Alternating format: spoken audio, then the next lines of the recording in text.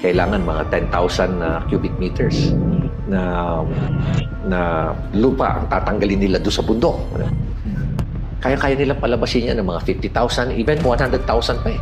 Baguio City Mayor Benjamin Magalong na 35 hanggang 40% umano ang kickback ng mga mambabatas sa mga proyekto ng gobyerno. Nagsisimula raw ito sa sabuatan ng kongresista at ng district o regional engineer ng DPWH na pumipili sa proyekto.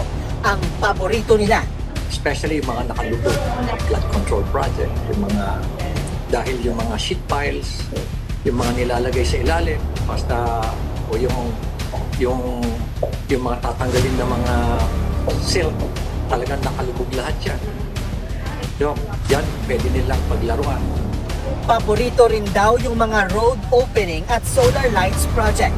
Sabi niya pa, kung susumahin, nasa 30% na lang ng kabuuang pondo ang napupunta sa mismong proyekto kapag napaltas ng mga kickback at mga buwis. It's structural. It's an highly organized crime. Tingin niya pa kung bakit Nalakbakan ng mga mambabatas ang pahayag ng Pangulo tungkol dito. Kaya alam nilang mahirapan silang matukoy eh. Kasi wala silang pinirmahan. Wala naman silang pinirmahan. Sila yung pinakamalaking porsyento dyan.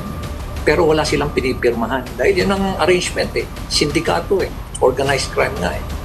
madadali Lang daw ang mga ito kung may kontraktor mismo na lalantad para tumestigo. Hirit naman ni Bicol Saro Party List Representative Terry Riton, hindi patas na akusahan ni Magalong ang lahat ng kongresista.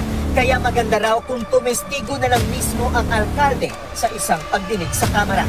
He can make his case that in fact 30 to 40% have in fact been received by lawmakers. And he has to be able to name names, which lawmakers, which districts, which party list actually receive these funds from a government contractors.